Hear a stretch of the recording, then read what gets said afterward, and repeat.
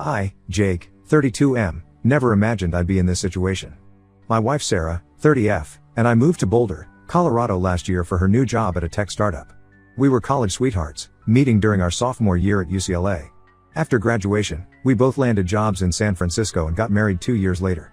Life was good, but when Sarah got headhunted for a senior position in Boulder, we saw it as an opportunity for a fresh start. The move was exciting but challenging. I had to leave my job as a software engineer and work remotely for a while. Sarah, always the social butterfly, quickly made friends with her coworkers.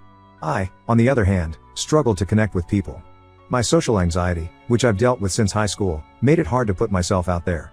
Enter Megan, 28F, and Tom, 33M. Megan worked with Sarah and they hit it off immediately. One Friday, about 2 months after we moved, Sarah invited them over for dinner. I was nervous about meeting new people, but to my surprise, Tom and I clicked right away. He was a laid-back guy who worked as a high school history teacher. We bonded over our love for obscure sci-fi movies and craft beer. Over the next few months, the four of us became inseparable. We'd have dinner together at least once a week, go hiking in the Flatirons on weekends, and even started a book club, though it often devolved into wine and gossip sessions. It was great to have another couple to hang out with, especially since Sarah and I don't have kids. I felt like I had finally found my footing in Boulder. My anxiety lessened, and I even started joining Tom for weekly basketball games with his friends. Sarah was thriving at her new job, and our relationship felt stronger than ever. But about 3 months ago, things started to change. It was subtle at first. Sarah would ask me odd questions out of the blue, like if I had any business trips coming up or if I was thinking about changing jobs. At first, I didn't think much of it. Sarah had always been curious about my work, and I assumed she was just checking in. Then I started noticing how she and Megan would whisper together and abruptly stop when I entered the room. Once, I walked into the kitchen to grab a beer during one of our game nights, and I distinctly heard Megan say my name before they both went silent. The turning point came during a barbecue at Tom and Megan's place. I was manning the grill with Tom when I overheard Megan telling Sarah that she had seen me at Frasca, a fancy Italian restaurant in town, with a blonde woman. She said she couldn't approach me because she was with a client, but she was sure it was me. This confused the hell out of me. I hadn't been to Frasca in months, not since Sarah and I went there for our anniversary. And I certainly hadn't been there with any blonde woman. I wanted to confront them right then and there, but I held back, not wanting to cause a scene. That night, I couldn't sleep. The conversation replayed in my head over and over. Why would Megan say she saw me when she clearly didn't? And why didn't Sarah immediately dismiss it, knowing I had been working from home that day? The next morning, I decided to confront Sarah. I asked her about the conversation I overheard, and to my shock, she admitted that Megan had been telling her things about me that made her suspicious. Apparently, Megan had seen me in various places around town, always with different women. There was the blonde at Frasca, a redhead at the Pearl Street Mall, and a brunette at a coffee shop in North Boulder. I was floored. Not only were these stories completely false, but I was hurt that Sarah would believe them without talking to me first. I explained to her that none of it was true and that Megan must be making things up. It took some convincing, but Sarah eventually believed me. She apologized for doubting me, saying that the stories had seemed so detailed and convincing. But the damage was done. There was now a crack in the foundation of our relationship, and I couldn't shake off my anger towards Megan. Why would she spread such harmful lies? What did she have to gain from potentially ruining our marriage? I decided to do some digging on Megan. I talked to mutual friends and Sarah's coworkers, trying to find out more about her. Most people had nothing but nice things to say, which frustrated me even more. How could someone who seemed so nice be spreading such harmful lies? Then, about a week after the barbecue incident, I ran into Dr. Anderson, 45M, at a local coffee shop. I recognized him as Megan's gynecologist from a story she had once told about a funny misunderstanding at her annual checkup. We got to talking, and I casually mentioned Megan. Dr. Anderson asked me if she was doing better and if she had decided to go through with the procedure. I played along, pretending to know what he was talking about, and he revealed that Megan had scheduled an abortion but hadn't shown up for her appointment. This information hit me like a ton of bricks. Just a few weeks ago, during one of our game nights, Tom had mentioned that they were trying for a baby. He was so excited about the prospect of becoming a father, showing us the spare room they planned to turn into a nursery. I couldn't believe that Megan would keep this from him.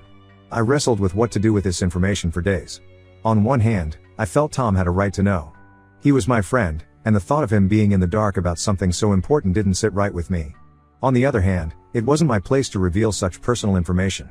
But the more I thought about how Megan had nearly ruined my marriage with her lies, the angrier I got. The deciding factor came when Sarah mentioned that Megan had told her another story about seeing me, this time at a jewelry store with a mysterious woman. Sarah said she didn't believe it, but the fact that Megan was still spreading these lies pushed me over the edge. I decided to tell Tom. I invited him over for drinks one evening when Sarah was out with her book club. At first, we just chatted about work and the upcoming basketball season. But as the night wore on and we had a few beers, I finally gathered the courage to tell him everything about Megan's lies about me and what Dr. Anderson had said. Tom was devastated. He couldn't believe Megan would keep something like this from him, especially when they had been trying for a baby. He left my place in a daze, and I felt a mix of relief and guilt. The next day, all hell broke loose. Megan showed up at our house, screaming and crying. She called me every name in the book and accused me of ruining her life. Sarah came home in the middle of this and was furious with me for getting involved. Now, Sarah isn't speaking to me. She says I went too far and that I had no right to reveal Megan's personal medical information. Tom and Megan are apparently separated, and Sarah blames me for breaking up their marriage. I don't think I did anything wrong. Megan was the one spreading lies about me and potentially ruining my marriage. All I did was tell the truth. But now I'm the bad guy? Am I really in the wrong here? Update 1. It's been 2 weeks since my last post, and the situation has only deteriorated. The tension in our house is palpable, with Sarah still barely speaking to me. I've tried to apologize multiple times, but she won't hear it. She keeps saying I don't understand the gravity of what I've done. Last weekend, after days of silence, Sarah finally sat down with me and explained why she's so upset. Apparently, there's more to Megan's story than I knew, and it goes back years before we even met them. Sarah told me that Megan had confided in her about her conflicted feelings about having children. This wasn't a recent development, it had been an ongoing issue in Megan and Tom's relationship for years. They had been high school sweethearts, and while Tom had always dreamed of having a big family, Megan had never been sure.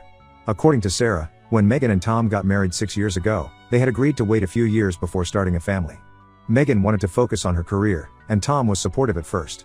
But as the years went by, Tom's desire for children grew stronger, while Megan's ambivalence turned into reluctance. Megan had confided in Sarah that she loved her job at the tech startup. She was on track for a big promotion and was excited about the direction her career was taking. The thought of putting all that on hold for motherhood terrified her. But Tom had started to pressure her more and more. He would point out their friends who were having babies, talk about how his parents were eager for grandchildren, and even started hinting that he might want to leave if Megan wasn't willing to start a family. Sarah says that Megan had finally agreed to try for a baby because she felt she had no choice. She was afraid of losing Tom, but she was also terrified of becoming a mother when she wasn't ready. When she found out she was pregnant, she panicked. She knew she wasn't ready and was scared of resenting the child or being a bad mother. That's why she had scheduled the abortion. She was planning to tell Tom everything, about her true feelings regarding motherhood, about the pregnancy, and about the abortion. She was just gathering the courage to do so, and had even made an appointment with a couples therapist to have the conversation in a safe environment. By revealing the information to Tom, I took away Megan's chance to be honest with her husband on her own terms. Sarah says that's why she's so upset with me, not just because I revealed private medical information, but because I interfered in a delicate situation that I didn't fully understand. I'm still processing all of this information. On one hand, I understand that Megan was in a difficult position. The pressure she was under from Tom must have been immense, and I can see why she might have made the decisions she did. But on the other hand, I still can't reconcile this with her behavior towards me. Why was she spreading lies about me? How does her difficult situation excuse potentially ruining my marriage? I tried to explain this to Sarah, but she's not having it. She says that Megan's lies, while wrong, were a misguided attempt to distract Sarah from noticing how troubled Megan was. Apparently, Megan had been acting strange at work, often looking upset or distracted, and she was afraid Sarah would figure out what was going on. So she created this drama about me as a smokescreen. Sarah keeps saying that Megan's lies, while hurtful, were ultimately harmless compared to the damage I've done. She says I've destroyed a marriage over some petty revenge, and that I should have talked to her or confronted Megan directly instead of going nuclear. To make matters worse, I found out that Tom has moved out of his and Megan's house. He's staying with his brother and is apparently considering divorce. Megan has taken a leave of absence from work and, according to Sarah, is barely functioning. She's not eating, not sleeping, and is consumed with guilt and grief. I'm starting to feel the weight of my actions, but I'm also frustrated. Why am I being painted as the villain when Megan was the one who started all of this? I've tried to reach out to Tom, hoping to explain my side of things, but he's not responding to my calls or texts. Sarah and I are sleeping in separate rooms now. She says she needs time to process everything and decide if she can move past this. I'm scared that my marriage might be the next casualty in this mess. I don't know what to do. Should I try to make amends with Megan? Should I give Sarah space? I feel like I'm losing everything over something that wasn't even my fault to begin with.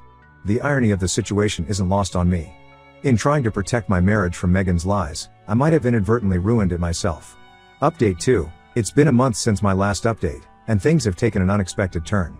Sarah and I are in marriage counseling now. It was her idea, and while I was initially resistant, I agreed because I want to save our marriage. During our sessions, I've come to realize that while Megan's actions were wrong, My response was disproportionate. I let my anger and desire for revenge cloud my judgment.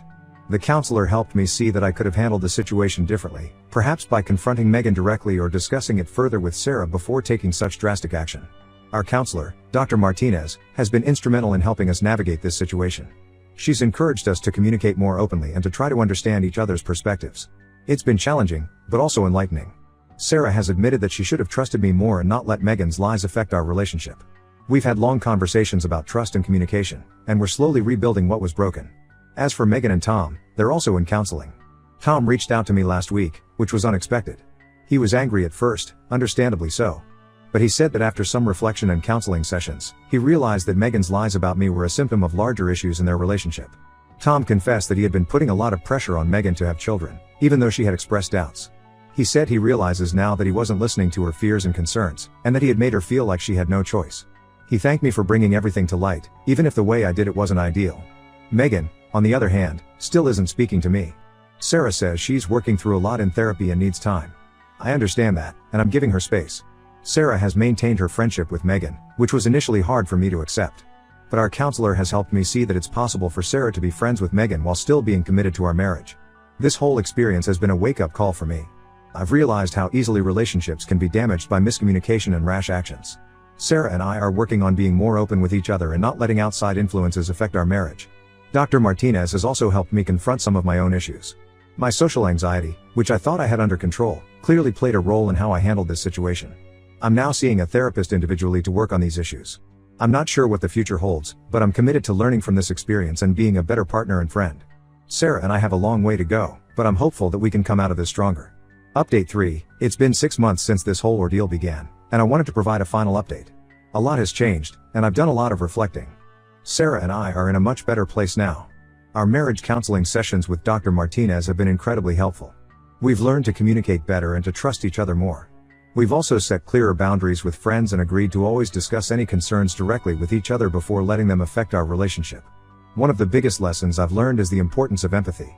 I've realized that it's easy to judge others' actions without understanding the full context of their situation. This doesn't excuse harmful behavior, but it has made me more inclined to seek understanding before reacting. As for Megan and Tom, they've decided to divorce. It turns out their issues ran much deeper than just the pregnancy and abortion. They realized they wanted fundamentally different things in life and decided it was best to part ways. It's sad, but they both seem to be doing better individually. Megan and I finally had a conversation last month. Sarah arranged it, feeling it was necessary for all of us to move forward. It was tense and emotional, but necessary. We both apologized for our actions. She explained that her lies about me stemmed from her own insecurities and unhappiness in her marriage. It doesn't excuse what she did, but it helped me understand. I apologized for the way I handled the situation and for revealing her personal information. While Megan and I will never be close friends again, we've reached a place of civil coexistence. Sarah still maintains a friendship with her, which I've come to accept. It's not always easy, but I trust Sarah, and I understand that Megan's friendship is important to her. This experience has taught me a lot about the complexities of relationships, the importance of direct communication, and the dangers of acting out of anger or revenge. I'm not proud of how I handled things, but I'm grateful for the lessons learned. Sarah and I are focused on strengthening our relationship and looking forward to the future.